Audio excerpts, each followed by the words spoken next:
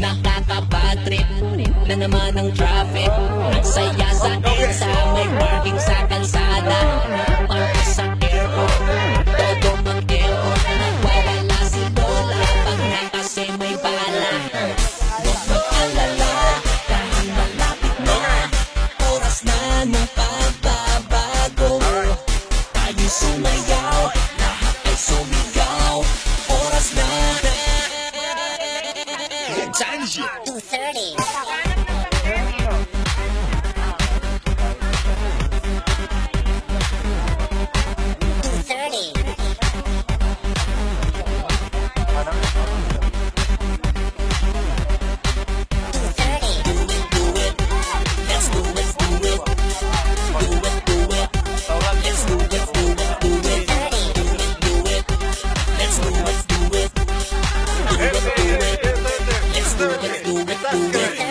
Nakakabismo, sige na kauban mo. Ang daming mga kurang walang silbi at masarap.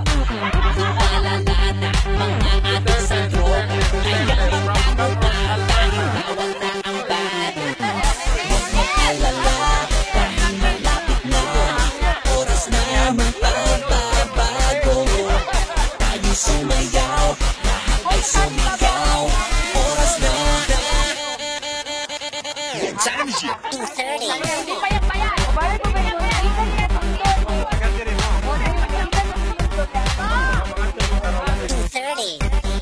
Hello po, nandito po kami ngayon sa Witas Kiwit. Sinamahan po namin ang ating Witas Kiwit at tapos Duterte Volunteers. So kita-kita po tayo sa Sabado. Magandang hapon po sa lahat. Nandito kami sa Witas Kiwit ngayon. Kasama po namin ang mga contingents ng Duterte Volunteers at saka meron po taga Calgary. At inimitahan po kayo namin ngayong sunod na Sabado para sa ating family picnic. Kita-kita tayo. What time is it? Lahat, nandito po tayo ngayon sa Witas Kiwit, Alberta para po limit natin ang mga contingents ng ating mga kababayan upang ipagsulog ang ating One Voice, One Dream, One United Philippines. Tayo po ay dadalo sa ating Family Day ngayong April 23 sa Edmonton. Salamat po.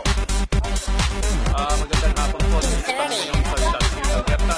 Mag-imit namin ang mga contingent galing Calgary sa Steven at Southwest. Invite po tayong lahat. April 23, Volunteers Family Day. Nakita tayo doon para sa natin yung darating na yun. Let's do it.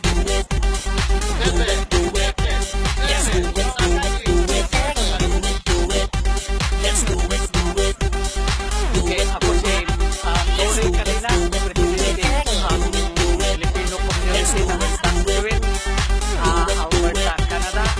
Maraming salamat sa mga suporta kay Duterte sa isang pagkakataon na nagtipon-tipon sa araw na ito.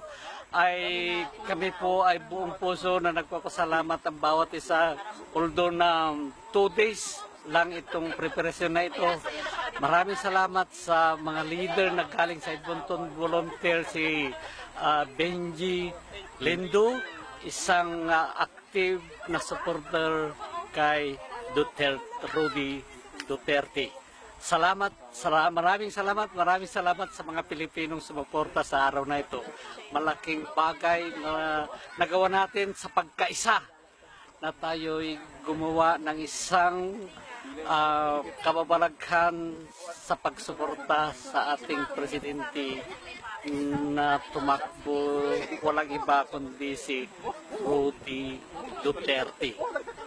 Salamat po. Mabuhay.